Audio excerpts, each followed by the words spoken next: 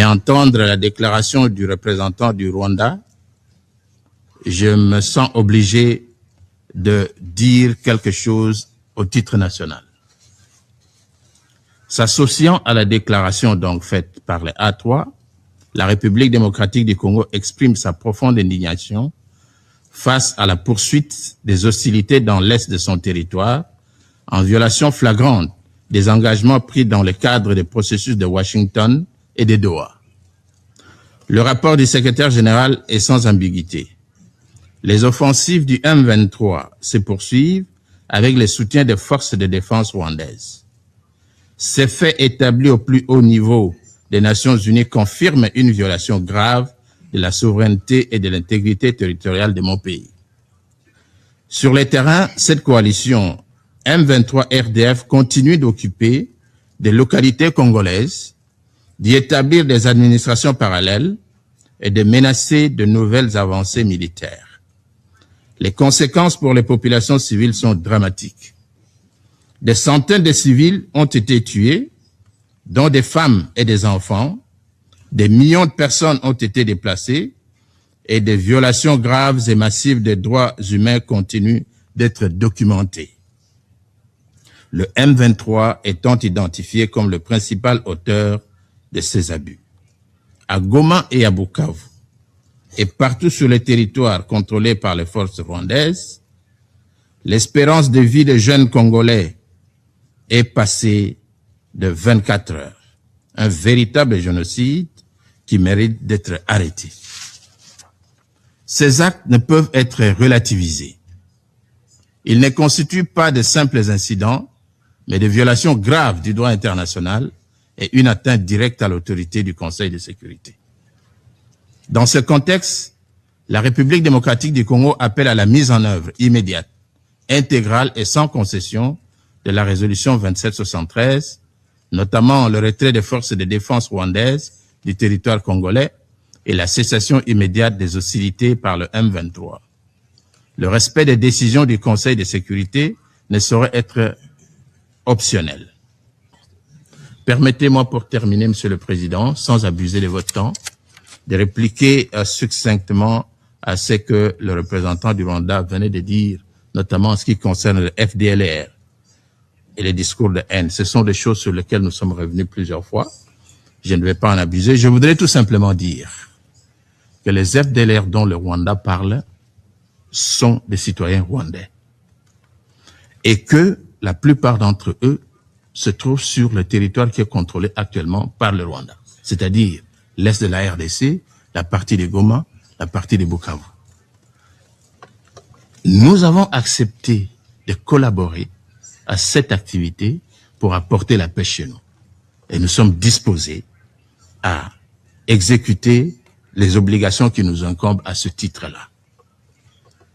Le discours de haine dont ils ont parlé, c'est finalement quelque chose qui nous étonne, car le Rwanda s'est permis d'envahir le territoire de tout un pays, mais craint un discours de haine alors qu'il conduit un génocide sur le territoire de la République démocratique du Congo.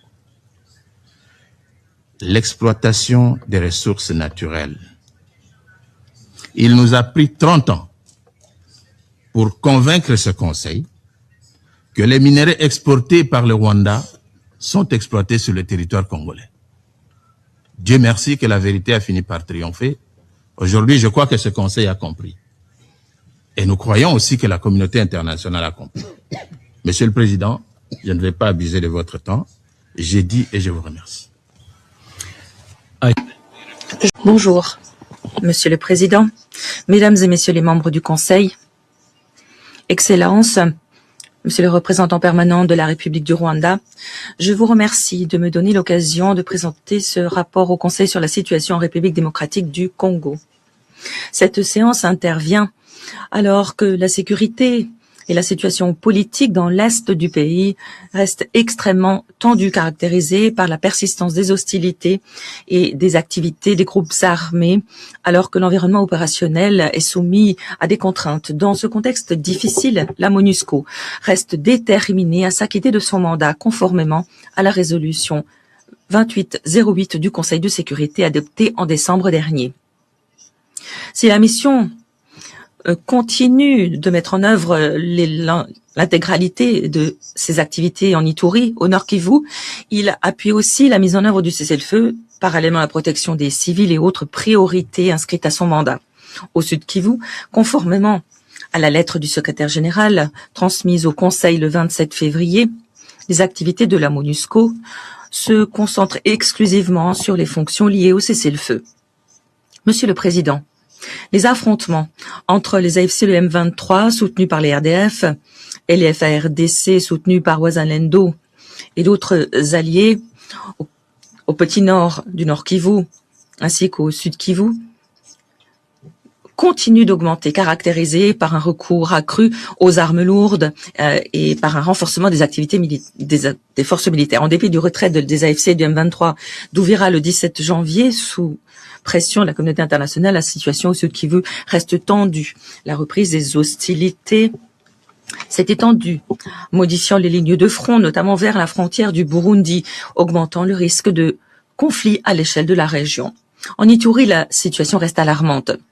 La violence liée à la Convention pour la Révolution populaire CRP de Thomas Lubanga autour de Boulé et Fataki a fait de nombreuses victimes, entraîné des déplacements en masse et abouti à des attaques sur les infrastructures, notamment un convoi de la MONUSCO. En outre, après une pause dans ces activités, les forces démocratiques alliées, les ADF, ont attaqué des sites d'extraction minière en territoire Mambasa le 11 mars. Assez loin de leur zone d'opération traditionnelle au Nord Kivu, où ils demeurent aussi actifs.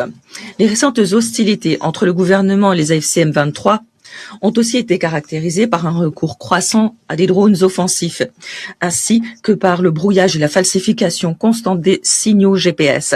Deux faits nouveaux préoccupants sont survenus à cet égard. Tout d'abord, le conflit s'étend au-delà du Nord et Sud Kivu dans la province de Chopo, qui se situe loin de l'épicentre du conflit. Deuxièmement, l'utilisation de telles capacités en milieu urbain suscite de vives préoccupations quant aux risques que courent les civils et les infrastructures civiles, notamment les récents incidents ayant affecté des sites tels que l'aéroport de Bangoka à Kisangani et dans la ville de Goma.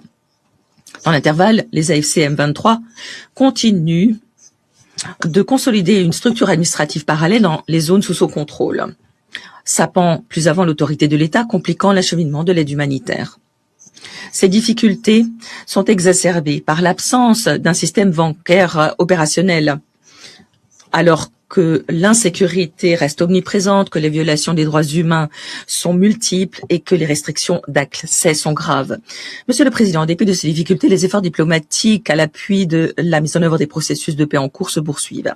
Je me félicite de l'engagement réaffirmé par la République démocratique du Congo et le Rwanda d'avancer dans la mise en œuvre des accords de Washington tels que réaffirmés pendant la réunion des 17 et 18 mars à Washington. Les deux parties s'y sont mises d'accord sur des mesures concrètes pour poursuivre la mise en œuvre de l'accord de paix et apaiser les tensions sur le terrain. Qui plus est, les efforts menés dans le cadre du processus de Doha et les initiatives lancées par l'Union africaine ont aussi contribué à jeter les bases d'une architecture de cessez-le-feu ancrée autour du mécanisme de vérification et de surveillance et de vérification, le COVEM, et le mécanisme conjoint de vérification élargi plus, MCVE+. À cet égard, une mesure est à saluer, à savoir la convocation à Doha les 1 et 2 février de la 7e réunion du COVEM qui a abouti à l'adoption de son mandat et à un accord sur le déploiement du MCVE+, et de sa mission à Uvira en tant que première mesure de confiance. À l'appui de ces efforts et conformément au mandat de la mission, à l'appui de la mise en œuvre du cessez-le-feu permanent, les 13 et 14 février 2026, je me suis rendu à Goma par voie aérienne. Premier atterrissage d'un aéronef à Goma depuis plus d'une année d'interruption. Pendant ma visite, j'ai rencontré des homologues et des parties prenantes pour avancer sur la voie d'arrangements concrets en lien avec le mécanisme de surveillance et vérification du cessez-le-feu. J'encourage le Conseil à exercer de son influence pour traduire ces progrès en une réouverture rapide des aéroports de Goma et Kavumu et pour assurer la reprise des vols, les aéroports restant une bouée de sauvetage essentielle pour la population et les acteurs humanitaires dans l'est de la RDC.